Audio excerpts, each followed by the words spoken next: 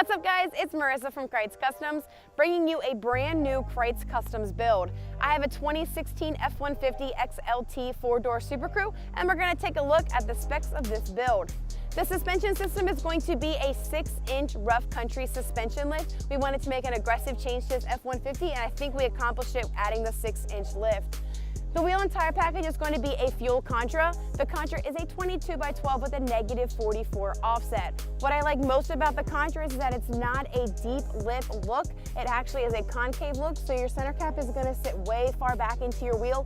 The fuel Contra also features rivets on the outside of the lip, as well as your millings on the outside of the spokes. The tire is going to be a Nitto Ridge Grappler, the size of 35, 12, 50, 22, so a great wheel and tire package for this F-150.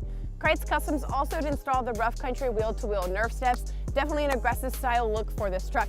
If you guys like this, make sure you check out our lifted inventory at KrietzAuto.com. The stock number is B74199, and if you want to build your truck like this, make sure you shoot me a message on Facebook at Krietz Customs or go to our website at KrietzCustoms.com.